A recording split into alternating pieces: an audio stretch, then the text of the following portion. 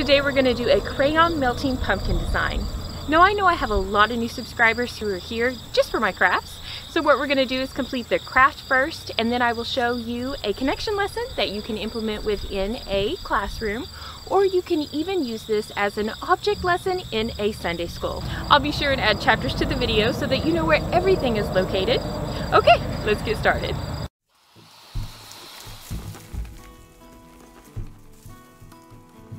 The first thing I did was decide how many crayons I needed by counting my pumpkin grooves. Then I picked out my colors, chose the placement for each one, and removed the paper. I have seen this decor piece on Pinterest. In these postings, they only use half a crayon, which they place on top of the pumpkin. Using this method, the color only goes part way down the sides.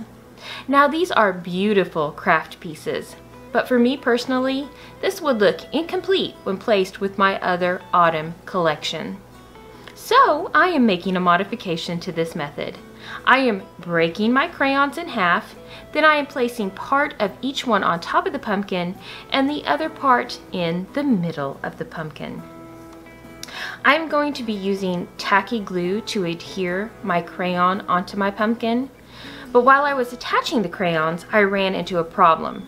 Regardless of how long I held on to the crayon, they would not stay attached. So I came up with a solution. I went ahead and put glue onto the back of them, and that seemed to work for the ones I put on top. Then for the ones that I was putting onto the side of the pumpkin, I added tape in addition to the glue, and this worked very well. Once everything was on, I let it set for 20 minutes. I didn't want the tape to melt to the pumpkin, so I started taking off the tape before blow drying. A few pieces I couldn't take off because the crayons were reliant upon it, so I just made sure it was loose.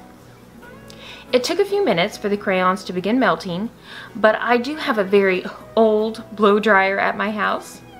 So once it started melting, I just tilted my pumpkin to produce the desired coverage and pattern. I also noted that there was one top crayon that could have benefited from the tape method because it did not stay in place during the drying process. Now I don't think I mentioned it, but this is not a real pumpkin. It is from Hobby Lobby. They are currently having a 40% off sale on some of their fall items at the time that I created this craft. I also wanted to mention the towel rag. During this project, I had it doubled, but it still leaked through. Now I created another one of these crafts so that we could have another colorful pumpkin decoration, and this time I folded the towel 4 times and it did not seep through. Also, the tape came off very easily. A lot of it fell off when I was blow drying, and the rest of it just quickly peeled off when I was finished. Hello everyone, how are you today? What? I look different from normal? Well, everything that I have on seems pretty on point to me. Maybe I should go over it. First, I have on these purple goggles. Purple is my favorite color, and the goggles represent all of those talented swimmers everywhere. Then I'm wearing this fancy wig. Do we all have the same hair color? No, we sure don't. God has given us different color and types of hair. What color of hair do we see in our classroom? I'm also wearing lots of vibrant colors today. What do all of these different unique colors remind you of? These colors remind me of the song Jesus Loves the Little Children. Let's sing that together. Feel free to dress up however you want to in the opening. I was actually on a swim team when I was a teenager, so that's why I put on the goggles. You want to make sure that you add little bits of your personality because that will make it more genuine, open up the conversation, and really make that connection with your classroom. Be sure to talk about how we are uniquely and wonderfully made throughout the opening. Psalms 139:14 says, "I will praise thee, for I am fearfully and wonderfully made." There is no one else just like me or just like you. You are one of a kind. God even gave us our own fingerprints. For literature connection, I like to use the Crayon Box That Talked. This is a very well-known book.